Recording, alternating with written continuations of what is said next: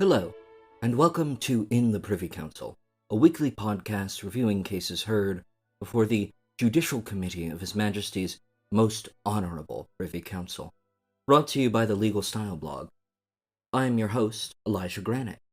This week, we are discussing the case of Attorney General and Jamaican Bar Association, the citation for which is 2023 UKPC 6. This is a constitutional case arising from the Jamaican anti-money laundering, or AML, regime. Like many countries, and in accordance with international and regional guidelines, Jamaica has sought in recent years to strengthen its rules for AML in light of what the government has identified as threats to national security posed by organized crime and corruption. The overarching statute for AML in Jamaica is the Proceeds of Crime Act 2007, or POCA, which gives the Minister of Finance the power to designate certain persons as non-financial institutions subject to AML rules, like reporting suspicious transactions. In 2013, the minister issued an order that attorneys at law in Jamaica would be subject to AML for 6 professional services involving money transfer, including purchasing real estate or managing a bank account. These 6 activities meant that under POCA, attorneys came under the regulation of the competent authority, which, in this case, was the General Legal Counsel, or GLC, which is analogous to the Solicitors Regulation Authority in England. The competent authority has the power to make inspections, monitor compliance, and issue directions in pursuit of AML goals. For attorneys, this meant they now had obligations under sections 94 to 98 of POCA to disclose suspicious transactions and not to tip off about such disclosures. However, the same sections provide that failure to do so is not an offense where the information arises under privileged circumstances for disclosure, or where legal advice is being provided for tipping off. The Jamaican Bar Association, that's JBA, which is analogous to the Law Society in England, challenged this regime on the grounds it would undermine the attorney-client confidentiality and legal professional privilege, that's LPP, which attorneys enjoy. LPP is virtually absolute within its scope, whereas attorney-client confidentiality may be overridden in certain circumstances. In the AML context, it's important to remember that neither LPP nor confidentiality applies to documents or material created in the commission of a crime or by fraud. The constitutional protection for LPP and confidence derives from the Charter of Rights and Fundamental Freedoms, added to the Constitution in 2011, which protects, inter alia, the right to privacy, liberty, and freedom for search of person and property. And these rights may be restricted only as may be demonstrably justified in a free and democratic society. In Jamaica, the test used to determine this is one which will be familiar to Canadian listeners. The Oakes test, developed in the Crown against Oakes, 1986, 1 SCR 103. As a brief reminder, in that case, Chief Justice Dixon held that a limiting measure must pursue a sufficiently important goal to merit the limitation, which is necessary to a free and democratic society in turn, and that the limiting measure must be proportionate to that goal. The JBA contended that the elements of the regime discussed, the power of the GLC to inspect documents, the requirement of disclosure, and the rules about tipping off undermined those rights. The JBA thus sued, but lost their case at first instance, with the full court of the Supreme Court of Judicature holding that the limitations on rights in the AML regime were proportionate and justified. The JBA appealed, and the Court of Appeal, in a 250-page judgment, disagreed, finding that the risk of the disclosure of privileged information during GLC examinations, in exercise of its regulatory power, was too great.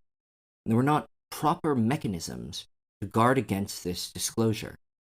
The Jamaican government, via the Attorney General, appealed to the board, where we resume the case. For the board, my Lord Briggs of Westbourne, and my Lord Hamlin Kersey, giving a joint opinion, started by agreeing with the Court of Appeal that the 6 activities regulated by POCA would commonly involve legal advice privilege, one component of LPP. For example, buying real estate would often involve legal advice as to the title. First, this meant that the right to privacy was engaged, since LPP is covered by that right. Second, it raised the question as to if the AML regime properly protected and minimized the risk to interference with the legal advice privilege that was likely to arise in such activities. The board emphasized here that the GLC was a regulator, not an investigator, and that under POCA, the GLC could not share with authorities any information which was protected by law, which included LPP. Furthermore, where the GLC carries out examinations, these are always done with advance notice, and authorities are specifically instructed before any examinations to segregate any privileged material so that the GLC does not inspect or copy it. As the board pointed out, attorneys are experienced, thanks to disclosure in litigation, with the process of separating out privileged material from documents which need to be turned over. Furthermore, there are long-standing existing obligations in litigation to immediately return privileged material which appeared to be mistakenly disclosed, which necessarily had to apply to the GLC. As for obligations relating to disclosure, the board was reassured that the legislation both protected information received in privileged services and equally allowed attorneys to themselves receive specialist legal advice about if they needed to make a disclosure, which would also, of course, be privileged. The Court of Appeal had also cited some Canadian AML case law in support of its claim about the interference. However, the board was skeptical of the relevance of this comparative analysis, not only because of the constitutional differences between the two jurisdictions, but also because the facts of the Canadian cases and the powers under the Canadian regime were not parallel to the inspection on notice regime under POCA carried out by the GLC. Similarly, while the Court of Appeal relied on a European Court of Human Rights decision about AML regulations in France, the board felt the differences in the legal professions and the specifics of the regimes meant the comparative case law here again was not persuasive. Thus far, this analysis has concerned the right to privacy. The board also considered the JBA's argument that the criminal sanctions for breach of the AML regime could interfere with the liberty of citizens to pursue their lawful business, in this case, the provision of legal services. Here, the board demurred, because if the regime was otherwise constitutional, imprisonment for breaching it would necessarily be justified as a criminal penalty proportionate to violating the law. Instead, the board turned to the question of the right to the protection of property from search as guaranteed by the Charter. Here, they emphasized that the power of the GLC was again regulatory. It monitored attorneys for compliance with the AML regime. It did not investigate criminal offenses and was not the, quote, bloodhound of law enforcement. Consequently, it had no legal power to enter property without consent. Doing so would in fact be trespass, and instead depended on cooperation from attorneys, or failing that, on obtaining a warrant from a judge, which could only be done if a number of circumstances set out in Section 115 of POCA were satisfied. The examinations made by the GLC always involved notice, and the GLC's only recourse to non-compliance with examinations was either to make a report to the appropriate law enforcement body or to take professional disciplinary action. Thus, the right to protection from search could not be infringed because the GLC had no such power. Thus, the only right which the board considered was limited by the AML regime was the right to privacy, as noted. In applying the Oakes test, they considered the normal hallmarks of proportionality, namely that the measure is not arbitrary, but it is rationally connected to the goal, and it minimally impairs the right in question, and that the overall limitation is proportionate to the overall objection of the limiting policy. The board also noted, citing Lord Reed of Allermuir's decision in Bank Malott, 2014 AC 700, SC, that it was important to allow the legislature to have a margin of appreciation and to avoid the risk that the minimal impairment test could devolve into the court substituting its own opinion about the best possible legislation for the opinion of Parliament. Here, the importance of AML as a legitimate aim was self-evident to the board. The gains from the proceeds of crime have bolstered organized crime, which in turn, the board noted, has left Jamaica with one of the world's highest murder rates. And the national security policy of Jamaica has placed financial crime and the organized crime it enables as the highest category of threat to the country. AML was necessary to protect the prosperity, safety, and state integrity of Jamaica, and thus was unquestionably a legitimate objective of the highest importance.